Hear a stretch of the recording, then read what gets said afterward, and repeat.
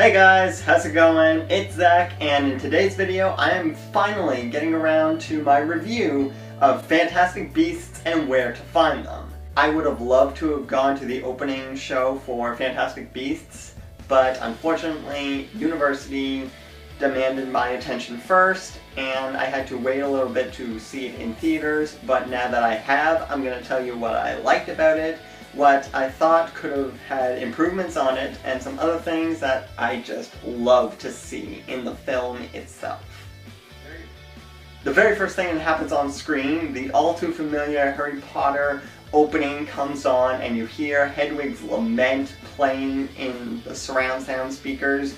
It took me straight back to when I was younger and watching the original series in the theater, happening all around me with a bunch of other people who loved fantasy, wizards, magic of all kinds. Going in to watch this movie with full recognition that it is not another Harry Potter film, but an entirely separate storyline in itself, really helps to get used to the character of Newt Scamander. I'm sure many people will agree that Hufflepuffs are seen as the outcast of the wizarding world. They like to huddle in their small groups and be shy away from all the other wizards, but Newt Scamander does it in such a way that intrigues you and makes you want to follow along with him.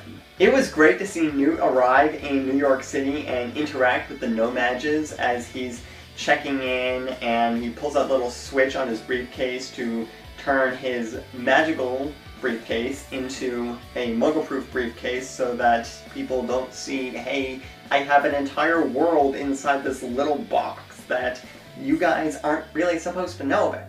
We never did get very much muggle-wizard interaction in the Harry Potter series, but it is such a big part of Fantastic Beasts and Where to Find Them that there was no way that they could have done this movie without it. A prime example of this is when Newt meets Jacob Kowalski, a no-mage who literally gets thrown into everything that's happening.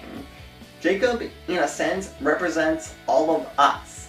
Humans who aren't in a magical world, but when they're come face to face with it, they are in shock, but also in awe of what's going on around them that literally is not possible by their own understanding. The thing that's most laughable about Newt and Jacob's meeting is that Newt is solely concerned with getting his Niffler back, who's just running around the bank, picking pockets, getting every shiny thing he can get his grubby little hands on. Throughout the movie, they develop a friendship that is so pure and something I'm sure we all strive for, to have someone by your side. They're not sure what's going to happen, but they'll go with you anyway because they trust you and they know that you're going to have their back. It's particularly interesting to see the interaction Jacob has with one specific female character that develops very quickly by a really whimsical means and grows throughout the movie. But by the end of it, it's going to be tugging at your heartstrings and you're not going to like the outcome. But there's more movies to come, so hopefully something positive is going to happen by the end of it. There were a few parts in the movie that I wasn't completely sold on, one of which was the insinuations that the head of the Second Salem Society would beat the orphanage kids. I'm not a fan of child assault in any means, and just having that in the back of your mind of this is what I do to kids who don't obey me, that just leaves a sour taste in my mouth. Another thing, kind of bigger in my mind, they didn't show all of the beasts in the light that they should have. The movie is literally called Fantastic Beasts and Where to Find Them, but in a lot of scenes we can't see them. They're invisible, which I would say is expected if you're going from a muggle perspective, or no-mage, sorry, we're in America. But when you're showing the story from Newt or Tina Goldstein's view, it kind of makes sense that you would show the creatures since they're the ones who can actually see them.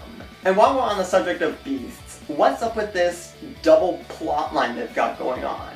Let's go find all these magical beasts that have escaped out of my briefcase, and this other plot of there's an Obscurial with an Obscurus inside them that may have a dark wizard behind all this. It just seems like they're trying to take on too much at one time.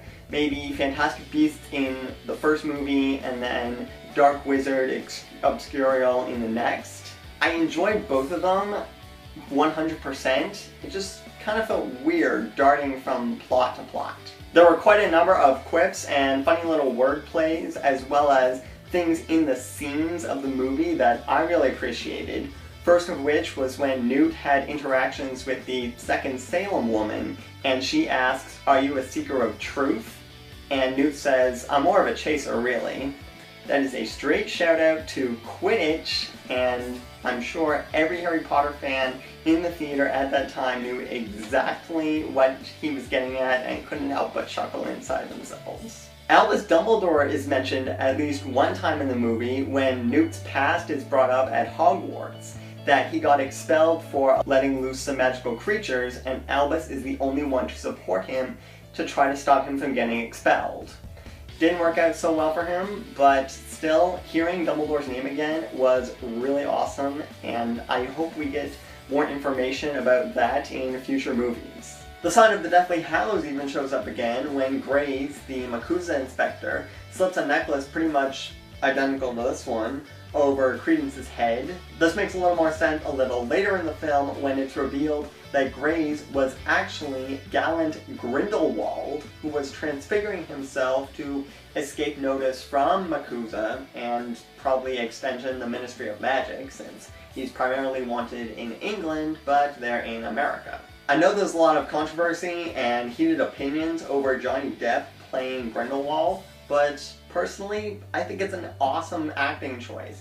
Johnny Depp has so many fantastic roles in the past of villainous or questionable characters, and his portrayal of Grindelwald that we saw in that brief little snippet at the end of the movie, I think we're going to be able to see a lot of awesome things come out of that man as gallant Grindelwald, the opposing force to Albus Dumbledore that happened before Voldemort was even a problem.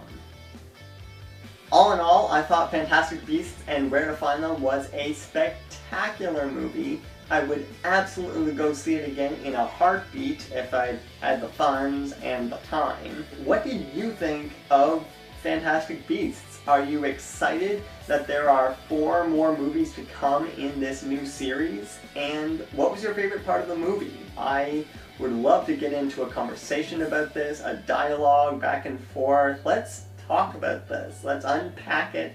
Let's just dive back in to this wizarding world that has really just reopened for each and every one of us. That's all I have for today's video, you guys. If you enjoyed it, please be sure to hit the like button, share it around with your friends and family. Comment down below your favorite part from Fantastic Beasts and Where to Find Them. And if you haven't already, please subscribe to be notified of all of my latest videos. I'm still going through Vlogmas. This is only day 4. We have 21 days, 3 weeks left, and I'm looking forward to what's going to come out of all this. I hope you guys have a great day, and I will see you in my next video. Live to be different and be who you were made to be.